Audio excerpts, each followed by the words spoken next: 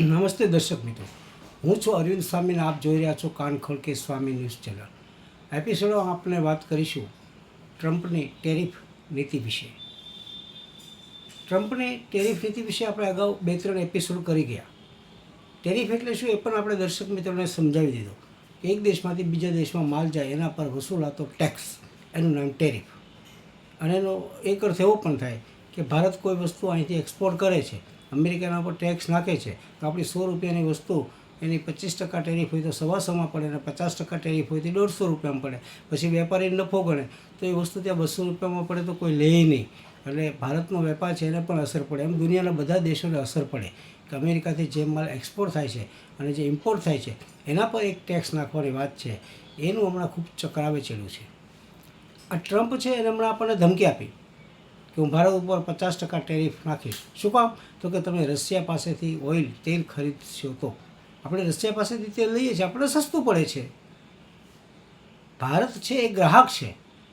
જ્યારે વેપારની વાત આવે છે ત્યારે, અને ગ્રાહકને હંમેશા જ્યાં સસ્તું પડે ત્યાંથી એ ખરીદે. તમે એમને ધમકી આપો કે હું તમારા પર 50% ટેક્સ નાખીશ, આટલું આમ કરીશ. તો ભારત ક્યારેય અમેરિકાની ધમકીને વશ થયું નથી. ઇન્દિરા ગાંધીથી માંડીને અટલ બિહારી વાજપેયી સુધી અને પછી આ નરેન્દ્ર મોદી સુધી કોઈ, હું તમને કહું કે અમેરિકા ધમકી આપે અને આપણે સરેન્ડર થઈ જઈએ. 140 કરોડનો દેશ છે ભાઈ અમારો, અને તમે અમને ધમકી આપો. અને ધમકી આપો તો શું છે? અમે સાહેબ એવી પ્રજા છીએ, એક ટક ખાધા વગેરે ચલાવી રહીએ, પણ તમારી ધમકીને વશ નહીં થઈએ. ભારતની તાકાતને કોઈ જેવી તેવી ન સમજવી જોઈએ. 140 કરોડનો દેશ છે ને, એ જ્યારે દેશ ઉપર સંકટ આવે ત્યારે એક થાય છે સાહેબ. અમારા લાલ બહાદુર શાસ્ત્રી એનું ઉત્તમ ઉદાહરણ છે. ચલાવી લે એ વસ્તુ વગર સાહેબ. તમે અમને દબાવવાની વાત કરો. અને અમેરિકા ક્યારેય ભારતનો મિત્ર રહ્યું જ નથી સાહેબ, દેખાવ જ કર્યો છે.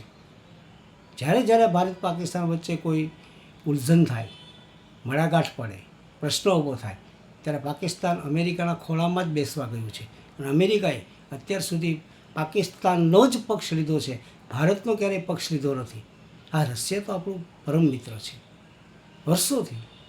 એટલે રશિયા પાસેથી આપણે ઓઇલ ખરીદીએ એમાં આપણને કશું ખોટું નથી. જ્યાં સસ્તું પડે ત્યાંથી કોઈ પણ દેશ ખરીદે સાહેબ. તમે અમને કેવી રીતે એમાં રોકી શકો? અને આ રીતથી ટ્રમ્પની ટેરિફ આપવાની, જુદા જુદા દેશોને એને ધમકી આપી છે. એનાથી સાહેબ અસર એ થઈ છે કે આખા વિશ્વનો જે વ્યાપાર છે ને એ સાહેબ વેરવિખેર થઈ ગયો છે બધો. હજુ આની કરતાં પણ બહુ ખરાબ દિવસો આવશે. કોઈને કોઈ દેશને એની માઠી અસર થવાની જ છે. આ બધું ચાલતું હતું, બહુ સરસ ચાલતું હતું. એમાં કંઈ ચંચુપાત કરવાની કોઈને જરૂર નહોતી. અને વિશ્વ છે સાહેબ, દરેક દેશને બીજા દેશની વસ્તુની જરૂર પડવાની જ છે. એના વગર ચલાવી શકાય એવું નથી. પરસ્પર વ્યાપાર છે એ તો અનિવાર્ય છે અત્યારે. એ સિવાય એ દેશની જે ચીજ વસ્તુઓ છે એ આપણે પૂરી ન પાડી શકીએ. એટલે વ્યાપાર કરવો એ કંઈ કોઈ ગુનો નથી. અને વ્યાપારને ડામાડોળ કરવો એનો અર્થ એ થયો કે તમે આખા વિશ્વની જે આર્થિક સ્થિતિ છે, જે આર્થિક ચિત્ર છે, એને તમે રફે દફે કરવા માગો છો. તમે તાકાતવાળા હો, તમને ડોલરનો પાવર હોય, તમને શસ્ત્રોનો પાવર હોય, એનો અર્થ એ નથી કે બીજા મધ્યમ દેશો અથવા વિકસતા જે દેશો છે એ દેશોને તમારે કોઈપણ રીતથી હેરાન કરવા અને એના વેપાર વાણિજ્યને બહુ મોટી માઠી અસર પહોંચાડવી. ટ્રમ્પની ધમકીઓ તો રોજ છાપવામાં આવે છે. એટલું નહીં સાહેબ, બદલતી જાય છે. આજે આમ બોલે છે, કાલે પાછું બીજું બોલે છે, પરમ દિવસે પાછું ત્રીજું બોલે છે. એને ફરતા પણ વાર લાગતી નથી. એનો અર્થ એ થયો કે વિશ્વસનીય માણસ રહ્યા નથી હવે ભારત માટે. એ બોલીને ફરી જાય છે. માણસના વચનની, માણસના બોલની પણ કંઈક કિંમત હોવી જોઈએ. આપણા જે સુરક્ષા સલાહકાર છે અજીત ડોભાલ, એ આજકાલ રશિયામાં છે. આ એનો પ્રોગ્રામ પહેલેથી નક્કી હતો, પરંતુ હવે ગયા છે તો ભારત અને રશિયા વચ્ચેનો જે વેપાર છે એ વેપારને કેટલી ગતિ મળે છે, ક્યાં બીજા નવા કરારો થાય છે, ક્યાં બીજા રસ્તાઓ નીકળે છે, એના વિશે પણ એ ત્યાં ગયા છે તો ચોક્કસ ચર્ચા કરશે. અત્યારે તો ટ્રમ્પનું ટેરિફ કાર્ડ જે છે એ આખા વિશ્વમાં હાહાકાર મચાવી રહ્યું છે. ભારત પણ એમાંથી બાકાત નથી. અને ભારતને જ્યાંથી જે સસ્તું પડશે ને એ ત્યાંથી ખરીદશે. અને 140 કરોડની જનતા છે ને સાહેબ, એ દેશ માટે થઈને ક્યાંક આપવું પડશે ને, છોડવું પડશે ને, જતું કરવું પડશે ને, તો અમે જતું કરીશું.